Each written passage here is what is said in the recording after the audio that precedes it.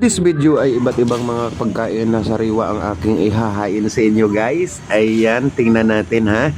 Nagpakulo tayo ng tubig dyan. Napakadali lang lutuin ito. At syempre naglagay tayo ng sibuyas at saka yung ating luya. Pagkatapos pakulo natin, inilagay ko na yung ating kalabasa dyan. At saka naglagay na ako ng 4 na hiwa ng bilong-bilong na isda, no? At nag-add-on pa tayo ng lemongrass dyan guys. Sa probinsya, sanay kami magluto ng ganitong mga gulay kasi sapat na sa amin ang ganitong pagkain. So sa punto na yan, inilagay ko na yung ating ampalaya at saka yung okra kasi para sabay-sabay na rin maluto, pati yung ating sitaw. Kasi ayaw ko rin sa gulay na medyo lata, kailangan tamang-tama lang ang pagkaluto niya guys.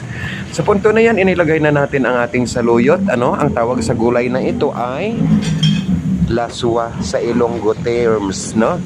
Ayan. So, hinalo-halo lang natin yan guys hanggat sa maluto at para ma-set aside natin kasi mayroon pa tayong lulutuin na iba din, no? So, magkikilaw pa tayo dito guys ng flying fish, no? Ayan. Sa punto na yan, naglagay na nga ako ng pampalasa natin. Ayan, napakasarap na ng ating laswa na gulay dyan, no?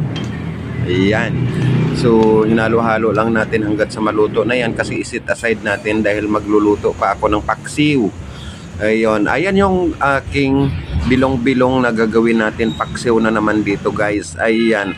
Ang hinalo ko din dyan, naglagay lang ako ng asin dyan, paminta, sibuyas, luya, at nilagyan na natin ng ating pangpalasa dyan. At inilagay ko rin yung ating eggplant dyan and then yung ating sili, no? Ganon din, yon. Ang nilagay naman natin dyan ay suka lang.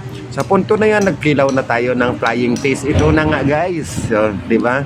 Flying fish ang ginawa kong kinilaw dito, So, subukan natin kung masarap talagang flying fish nito kasi maraming nag-advise sa atin na magkilaw tayo nito, no? Para makita nila. So, ganun lang kasimple, no? Magkilaw ng flying fish. Sa punto na yan, syempre, puro nga sariwa ang ating ihahain dito. Pagkatapos ng kinilaw ay nag-prepare naman ako ng sariwang gulay din na ating gawing salad, no? Sa punto na yan, ayan na nga ang ibang mga gulay natin. Ang nilagay ko naman dyan ay ang century tuna na flex and oil lang guys. Yan.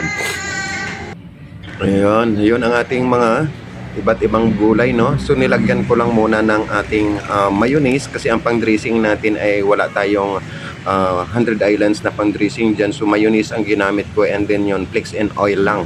Sa punto na yan, okay na. So halo-haluin na lang natin yung ating mga sariwang gulay dyan. Ayan, napakasarap na. So ganito lang kami dito sa probinsya. Pa-share and like.